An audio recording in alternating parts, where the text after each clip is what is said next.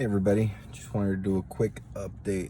I know it's been a few days, probably a week or more since I did the last update, but mainly because there's just, there's so many things going on, and there's already a lot of YouTubers talking about it, and I don't want to just be repeating. I don't want to do this channel just for the earning potential, of views and stuff. I really want to get my thought and my opinions on what's going on in case anybody else is vibing on the same frequency, and it could possibly make some things click.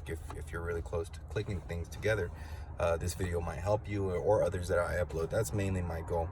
So that's why I don't upload too often, but when I do, I make sure that it's short and potent, to the point, so that we could just move forward. I don't like a lot of fluff. And so, yeah, so here we go. This update is basically to let you guys know, pay attention to Bitcoin. I know I always talk about Bitcoin, but really, if you see other YouTubers and other people that are asset type of managers, big hedge fund managers, they're talking about Bitcoin now. The institutional investors are talking about Bitcoin, so they're talking it up, only because I believe that they want to make it something that is respected in the field, and that eventually will gain traction in a more public way, meaning the actual public or companies will find ways to make it work with the public. So yeah, I've seen a lot of that lately, and it really is making me itchy to get more Bitcoin, whether it's here. If it goes down lower, I pick up some more down lower, and if I buy now and it goes up, I'll pick some more up later. It's a long-term investment for me. It's like gold. It's almost like an insurance for your future. I know gold is more of an insurance for the present and to keep the value of what you have now into the future. I believe that Bitcoin for the long term not only is going to sustain your value now, but will increase in the future due to the adaptation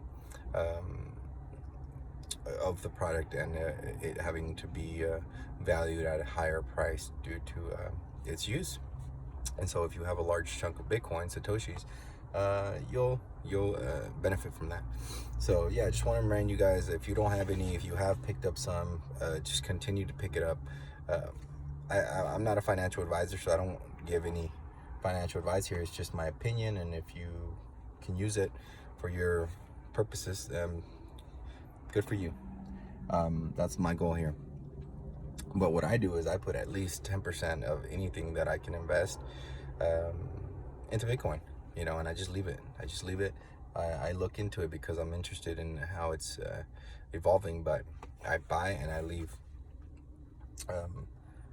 I am a trader, so when I do have a chance to sell at a good price and pick it up later at a lower price, I do that. But I don't recommend any of that kind of stuff to beginners, just because of the emotions involved, and it's just more difficult. If you want that type of trading advice, go to other channels. There's a lot of other channels that will give you more day-to-day trading type of advice.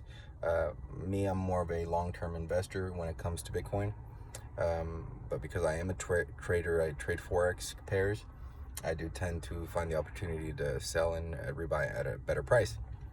Again, just keep an eye on Bitcoin. It's not going away anytime soon, and this is the perfect example why all the printing worldwide is what's causing Bitcoin to be more and more and more valuable in the eyes of really people that are starting to understand it and have understood it for a long time, including the government. They understand it. That's why they don't like it, because it takes their power away.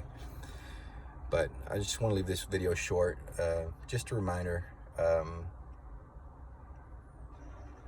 I don't know, I know that a lot of people are struggling with this whole COVID situation, but if you can, just a little bit, I definitely recommend it.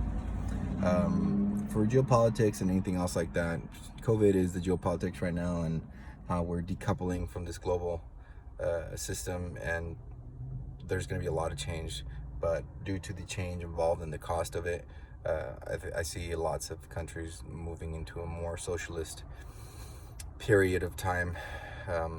Yeah, seems like the last decade was our last I don't know if it was real, but last semi-capitalist society, at least for the masses. Now the majority are, government fed and dependent. So we're gonna have to be some sort of socialist society where we put people to work, you know, because they don't know how to put themselves to work. Anyways, if you guys like this content, please like and subscribe, and I'll see you guys soon. Take it easy.